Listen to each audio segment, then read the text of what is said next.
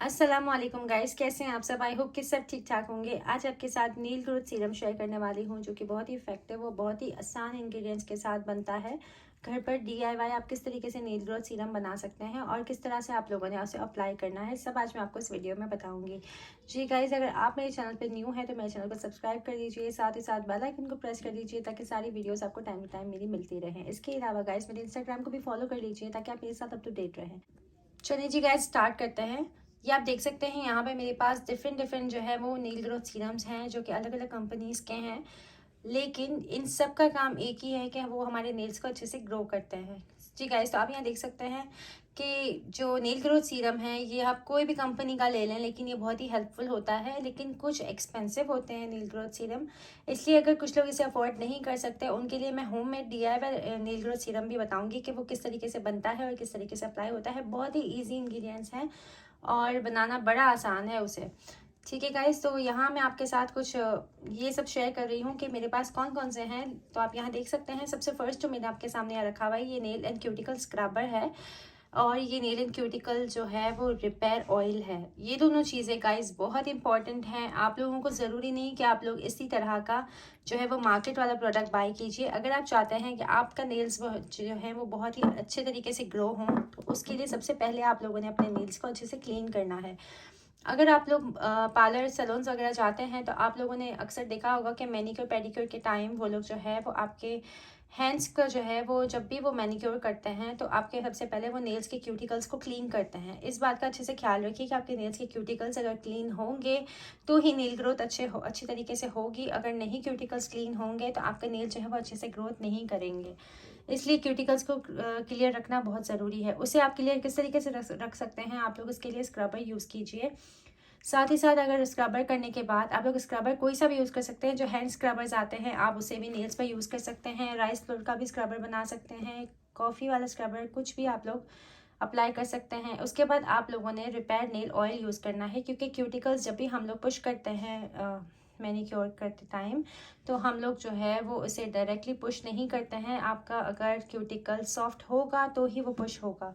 Manicure के time क्या होता है, आपके हैंड सोख हुए हुए होते हैं, सॉफ्ट होती है आपकी स्किन, अच्छे तरीके से पुश हो जाता है।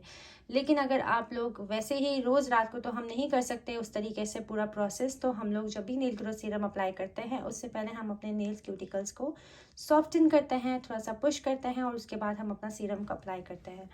तो आप लोग उसके लिए ऑलिव ऑयल भी यूज़ कर सकते हैं, आप उसके लिए आर्गन ऑयल भी यूज़ कर सकते हैं, आप लोग उसके लिए कोकोनट ऑयल भी यूज़ कर सकते हैं।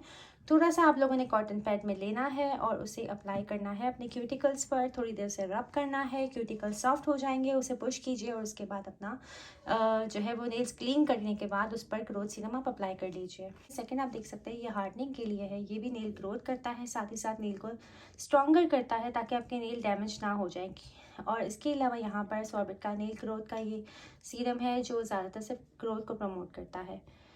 इसके अलावा यहाँ पर मेरे पास एसेंस कंपनी का भी है। एसेंस कंपनी का जो सीरम है ये भी हार्डर और स्ट्रॉन्गर नेल्स के लिए है। ठीक है गाइस, वाकई ये बहुत ही ज़्यादा इफेक्टिव होते हैं और नेल को बहुत हद तक स्ट्रॉन्गर और शाइनियर बना देते हैं। इसके अलावा अगर आप लोग नेल बाइटिंग करते हैं सो गाइस प्लीज़ स्टॉप कर दीजिए, नेल बाइटिंग करना आपके लिए भी हार्मफुल है। साथ ही साथ आपके नेल्स बहुत ही ज़्यादा गंदे और बहुत ही अजीब से लगते हैं और काफ़ी एम्बेरसमेंट भी होती है जब हम कहीं पार्टीज़ वगैरह में जाते हैं।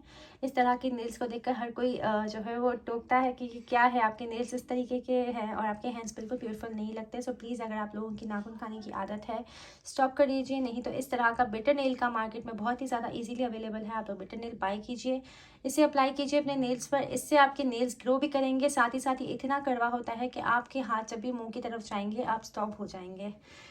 जी गाइस, तो ये सारे नेल्स की ग्रोथ सीरम मैंने आपके साथ शेयर किए। मुझे बहुत ही शौक है इस तरह के सीरम्स को कलेक्ट करने का, यूज़ करने का, लेकिन कभी कभार मैं अपना खुद का भी सीरम यूज़ करती हूँ और मुझे वो बहुत अच्छा लगता है, क्योंकि आप लोगों ने अक्सर नानी दादी वगैरह से सुना होगा कि गार्लिक जो है वो आपकी नेल्स के लिए बहुत ही इफेक्टिव है। गार्लिक वाकई बहुत अच्छा है, लेकिन मैंने देखा है कुछ लोगों को गार्लिक से थोड़ी सी एलर्जी होती है, वो उसे यूज़ करना नहीं चाहते हैं क्योंकि उसका जो चिपचिपापन होता है वो बहुत ही ज़्यादा इरिटेट करता है। तो इसीलिए अगर आप लोगों के साथ भी ये इशू है, गार्लिक आप यूज़ नहीं करना चाहते हैं, तो जो मैं आपके साथ सीरम शेयर करने वाली हूँ उसमें हम यूज़ करेंगे गार्लिक पाउडर।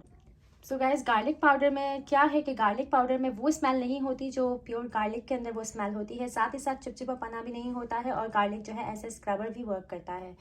सो इसीलिए गार्लिक पाउडर मैं आज अपने इस रेमेडी के अंदर यूज़ कर रही हूँ। ठीक है गाइस, तो इस सीरम को बनाने के लिए हमें सिर्फ 3 इंग्रेडिएंट्स चाहिए। बहुत ही ईजी और बहुत ही अमेजिंग से ये इंग्रेडिएंट है। ठीक है गाइस, सबसे पहला मैं इंग्रेडिएंट इसमें ऐड करने वाली हूँ garlic powder. Half tea spoon के अकॉर्डिंग मैं इसके अंदर गार्लिक पाउडर ऐड करने वाली हूँ। हाफ टी स्पून डालने का मकसद ये है कि गाइस मैं बहुत ही कम क्वांटिटी बना रही हूँ, क्योंकि मैं जो है वो इसे बनाऊंगी और सिर्फ 3 वीक्स तक ही इसे स्टोर रखूंगी। दिन में 2 बार यूज़ करना है, सुबह और रात के वक्त आपको ये सीरम अपने नेल्स पे अप्लाई करना है। अगर आप लोग जो है वो मॉर्निंग के टाइम काम वगैरह में बिजी होते हैं, तो आप लोगों को कोई टेंशन लेने की ज़रूरत नहीं कि इसे हम लगाकर किस तरीके से किचन में काम करेंगे, किस तरीके से खाना बनाएंगे। गाइस, इसे लगाने के बाद आप लोगों ने जस्ट 20 to 30 मिनट्स इसे लगाना है, और उसके बाद आप लोगों ने अपने फिंगर्स को क्लीन कर लेना है। ठीक है, अपने नेल्स को अच्छे से क्लीन कर लेना है। इसलिए जस्ट आपको 20 मिनट्स या 30 मिनट्स देना है अपने नेल्स को, और उसके बाद आप लोग अपने काम में बिजी हो सकते हैं। गाइज, अपनी अपनी ब्यूटी का बहुत ख्याल रखा करें, क्योंकि आपके नेल्स, आपके हेयर्स, आपकी स्किन जो है वो बहुत ही मैटर करती है। उस पर फोकस किया करें। अगर आप अपने आप को जो है वो छोड़ देंगे, तो आप लोग जो है वक्त के साथ साथ बहुत ही जल्दी एजिंग की तरफ जाएंगे। इसीलिए सारी चीज़ें बहुत अच्छी हैं, बहुत इफ़ेक्टिव हैं। रेमेडीज़ कोई नुकसानदेह नहीं होती हैं, उल्टा आपको फ़ायदा ही देती हैं। ठीक है गाइस, तो 1 टीस्पून के अकॉर्डिंग मैंने इसमें गार्लिक पाउडर ऐड कर दिया है। इसके बाद मैं इसमें कैस्टर ऑयल ऐड करने वाली हूँ। मैं इसके अंदर हाफ टी स्पून से भी कम, मीन्स के जस्ट 2 to 3 ड्रॉप्स मैं इसके अंदर कैस्टर ऑयल के ऐड करने वाली हूँ। जैसे कि मैंने आपको बताया था, कैस्टर ऑयल ग्रोथ को प्रमोट करता है, इसी तरह से कैस्टर ऑयल आपकी नेल्स की जो है वो ग्रोथ के लिए भी बहुत ही इफ़ेक्टिव है। जी गाइस, तो सेकंड इंग्रेडिएंट मैं इसके अंदर कैस्टर ऑयल ऐड कर चुकी हूँ। कैस्टर ऑयल ऐड करने के बाद मैं इसके अंदर विटामिन ई का कैप्सूल ऐड करूँगी। गाइस, कैस्टर ऑयल ऐड करने का मतलब यही है, क्योंकि कैस्टर ऑयल जो है वो ग्रोथ को प्रमोट करता है, और हमें जो है वो नेल ग्रोथ सीरम बनाना है, तो ये हमारे नेल की ग्रोथ में भी बहुत इफेक्टिव है। जी गाइस, थर्ड इंग्रेडिएंट मैं इसमें ऐड कर चुकी हूँ। अब मैं इन तीनों इंग्रेडिएंट्स को अच्छी तरीके से मिक्स कर लूँगी। इस तरह की आपने कंसिस्टेंसी बनानी है। आप चाहें तो इससे थोड़ी थिन भी बना सकते हैं। मुझे इसके अंदर जो है वो लग रहा है कि थोड़ी सी ये थिक बनी है। जी गाइस, एक और विटामिन ई का कैप्सूल मैं इसके अंदर ऐड कर रही हूँ। आप लोगों ने अपने हिसाब से इसकी कंसिस्टेंसी रखनी है। आप लोगों को अगर बहुत ज़्यादा रनी हो जाएगा ये, तो इससे भी फिर नेल पर सही तरीके से अप्लाई नहीं होगा, तो इसलिए आप लोगों को इसकी कंसिस्टेंसी का बड़ा ख्याल रखना है। इस तरह की कंसिस्टेंसी होनी चाहिए, ना बहुत थिक ना बहुत लाइट, और इतना हो कि आप अगर इसे अपने नेल पर अप्लाई कर रहे हैं तो वो रनी ना हो। बहुत ही अच्छा सा बना है। अगर आपके पास इस तरह का कोई भी एम्प्टी कंटेनर है सीरम का, तो आप लोग इसके अंदर उसे ऐड कर सकते हैं और इसे यूज़ कर सकते हैं। वरना अगर आप चाहें तो किसी छोटे गोल से कंटेनर में भी इसे स्टोर कर सकते हैं। याद रखिएगा, 3 हफ्ते से ज़्यादा आपने इसे नहीं रखना है। 3 हफ्ते बाद आपने इसे वेस्ट कर देना है, उसके बाद आपने इसे नया बना लेना है, क्योंकि इसके अंदर जो है गार्लिक वगैरह जैसी चीज़ इसके अंदर हमने डाली है, ज़्यादा टाइम तक नहीं रहती है, ज़्यादा लॉन्ग इसे नहीं रख सकते।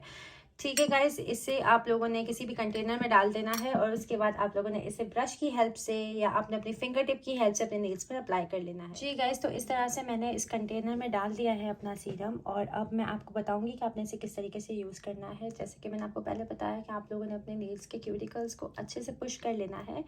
नेल्स अगर आपके क्लीन होंगे, क्यूटिकल्स आपके क्लीन होंगे, तो ही आपके नेल ग्रोथ होंगे, ये बात तो फैक्ट है। ठीक है जी गाइस, क्यूटिकल्स को क्लीन करने के बाद आप लोगों ने अपने नेल्स पर इस तरीके से अप्लाई कर लेना है ब्रश की हेल्प से। अगर आप लोगों के पास इस तरह का कंटेनर नहीं है, आप लोग अपनी फिंगर टिप भी यूज़ कर सकते हैं। किसी भी गोल राउंड कंटेनर में डाल दीजिए, और उसके बाद आप लोग इसे अपने फिंगर टिप से भी अप्लाई कर सकते हैं। ठीक है, फिंगर टिप से अप्लाई करने के बाद हल्का हल्का आप लोगों ने अपने नेल्स पर इस तरीके से थोड़ा सा मसाज देनी है। उसके बाद आप लोगों ने इसे थोड़ा सा ड्राई होने देना है। 20 to 30 मिनट्स आप लोगों ने अपने नेल्स पर इसे लगा हुआ रहने देना है, और उसके बाद आप लोगों ने इसे वॉश कर लेना है। गाइस, 30 डेज़ आप लोगों ने जो है वो ये रेमेडी यूज़ करनी है। 30 डेज़ बाद आप लोग जब अपने नेल्स को देखेंगे, आपके नेल्स वाकई ही ग्रोथ करेंगे, और आपके नेल्स जो है वो थोड़े थोड़े करके बढ़ना स्टार्ट हो जाएंगे। मेरेकल तो कुछ भी नहीं होता है। हर चीज़ आप लोग अगर डेली बेसिस पर यूज़ करेंगे तो ही आपको फ़र्क फील होगा। अगर आप लोग कुछ दिन यूज़ करेंगे, फिर आप कुछ दिन से स्किप कर देंगे, तो फिर उस चीज़ का वैसा असर या वैसा फ़ायदा नहीं होगा। ठीक है जी गाइज़, अगर आप लोग जो है वो 1 मंथ तक इसे यूज़ कीजिए। अगर आपको ये रेमेडी अच्छी लगती है, आप लोग फिर से इसे नया बनाकर आप फिर से जो है वो मज़ीद यूज़ कर सकते हैं। और ये जो है वो सिर्फ नेल को ग्रोथ ही नहीं करता, आपके नेल को स्ट्रॉन्गर और हार्डर भी करता है। जी गाइज़, एक और बात मैं आपको बताती चलूँ कि अगर आपके नेल्स जो है वो ग्रो तो हो जाते हैं लेकिन वो रहते नहीं हैं कुछ टाइम तक। आप इसे बढ़ाते हैं, थोड़े से बड़े होते हैं और वो डैमेज हो जाते हैं, तो उसकी वजह है कि आपके अंदर कुछ ना कुछ विटामिन्स की कमी है। आप इसके लिए अपने जो है वो सप्लीमेंट्स अच्छे रखें, आप डॉक्टर के पास जाएँ, किसी अच्छे डॉक्टर को कंसल्ट कीजिए, उससे आप अच्छे विटामिन्स लिखवाइए। बायोटिन भी जो है वो बहुत ही अच्छा होता है नेल और हेयर की ग्रोथ में, तो आप बायोटिन टैबलेट भी ले सकते हैं। इसके अलावा आप लोगों को अगर के अंदर जो है विटामिन डी की डेफिशिएंसी है, आयरन की डेफिशिएंसी है, इससे भी आपके नेल्स अच्छे ग्रो नहीं होंगे।